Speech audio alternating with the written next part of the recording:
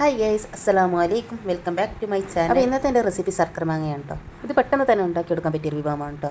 ഏത് പുളിയുള്ള മാങ്ങയും ഇതുപോലെ ഉണ്ടാക്കിയെടുക്കുകയാണെങ്കിൽ നല്ല ടേസ്റ്റി ആയിട്ട് നമുക്ക് ഇത് കഴിക്കാൻ കഴിയും. ഈ അവധിക്കാലത്ത് കുട്ടികൾക്ക് ഉണ്ടാക്കി കൊടുക്കാൻ പറ്റിയ ഒരു അടിപൊളി വിഭവമാണിത്. കുട്ടികൾക്ക് മാത്രമല്ല നമുക്കും ഒരുപാട് ഇഷ്ടപ്പെടും. ഇതിന് കൂടുതൽ ഇൻഗ്രീഡിയൻസ് ഒന്നും ആവശ്യമില്ല.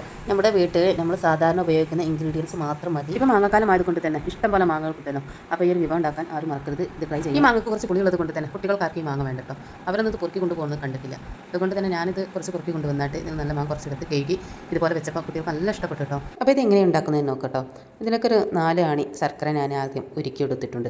അരച്ചെടുത്ത ശർക്കര പാനിയിലേക്ക് തൊലി കളഞ്ഞ് വൃത്തിയാക്കി വെച്ച മാങ്ങ നമ്മൾ അതിലേക്ക് ചേർത്ത് കൊടുക്കണം. ഇനി നമുക്ക് ഇതിലേക്ക് വേണ്ട പൊടികൾ തയ്യാറാക്കാം. ഒരു പാൻ ചൂടാക്കിയിട്ട് അതിലേക്ക് അര ടീസ്പൂൺ ഉലുവ ചേർത്ത് കൊടുക്കുക. ഉലുവയുടെ കളർ ഒന്ന് നല്ലപോലെ മാറി വരുന്നത് വരെ ഒന്ന് വെയിറ്റ് ചെയ്യാം.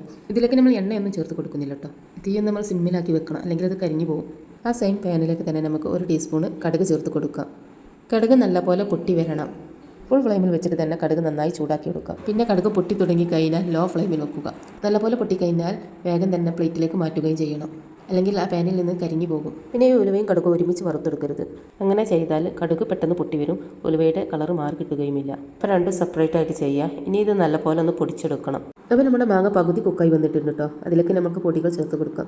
ആദ്യം ഇതിലേക്ക് ചേർത്ത് കൊടുക്കുന്നത് കടുകും ഉലുവയും ചേർത്ത് പൊടിച്ച പൊടിയാണ് കേട്ടോ. അര ടീസ്പൂണാണ് ഞാൻ ഇതിലേക്ക് ചേർത്ത് കൊടുത്തത്. എന്നിട്ട് നന്നായി ഒന്ന് ഇളക്കി കൊടുക്കുക കേട്ടോ. പിന്നെ ഞാൻ ഇതിലേക്ക് ചേർത്ത് കൊടുക്കുന്ന കുരുമുളക് പൊടിയാണ്. ഒരു 1/4 ടീസ്പൂൺ കുരുമുളക് പൊടിയാണ് കേട്ടോ ചേർത്തത്. നല്ല എരിവുള്ള നാടൻ കുരുമുളക് പൊടിയാണ്, അതുകൊണ്ടാണ് 1/4 ടീസ്പൂൺ ആക്കിയത്. ചിലർ ഇതിലേക്ക് മുളക് പൊടിയാണ് ചേർത്ത് കൊടുക്കൽ, പക്ഷേ മുളക് പൊടിയെക്കാട്ടിലും ഒന്നുകൂടി ടേസ്റ്റ് കിട്ടൽ കുരുമുളക് പൊടിയാണ്. മുളക് പൊടിയാകുമ്പോൾ അതിൻ്റെ ഒരു കുത്തൽ എങ്ങനെയായാലും ഉണ്ടാവും, പക്ഷേ കുരുമുളകാകുമ്പോൾ അത്ര പ്രശ്നം വരില്ല. ഇനി നമുക്ക് ഇതിലേക്ക് ഒരു പിഞ്ച് ഉപ്പ് ചേർത്ത് കൊടുക്കാം. ഇതാ എരിവും മധുരമൊക്കെ ഒന്ന് ബാലൻസായി നിൽക്കാൻ വേണ്ടിയിട്ടാണ് ഉപ്പ് ചേർക്കുന്നത്. ഉപ്പ് അധികം ആക്കരുത്. ഇനി നമുക്ക് ഇതിലേക്ക് 2 ഏലക്കയും കൂടി ചേർത്ത് കൊടുക്കട്ടെ. എന്നിട്ട് നന്നായി ഇളക്കിയായിട്ട് നന്നായിട്ട് വേവിച്ചെടുക്കാം. അപ്പോൾ ഈ പരുവമാകുമ്പോൾ നമുക്ക് ഫ്ലെയിം ഓഫ് ചെയ്യാം.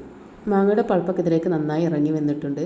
നല്ല സൂപ്പർ ടേസ്റ്റി ആയിട്ടുള്ള ഒരു മാങ്ങയുടെ റെസിപ്പിയാണിത്. എല്ലാവരും ഇത് ട്രൈ ചെയ്ത് നോക്കണം. മാങ്ങാക്കാലത്താണ് നമുക്ക് ഇങ്ങനെയൊക്കെ കുട്ടികൾക്ക് ഉണ്ടാക്കി കൊടുക്കാൻ കഴിയുള്ളൂ. അതുകൊണ്ട് തന്നെ എല്ലാവരും ഒന്ന് ട്രൈ ചെയ്ത് നോക്കണം. നല്ല ടേസ്റ്റാണ്.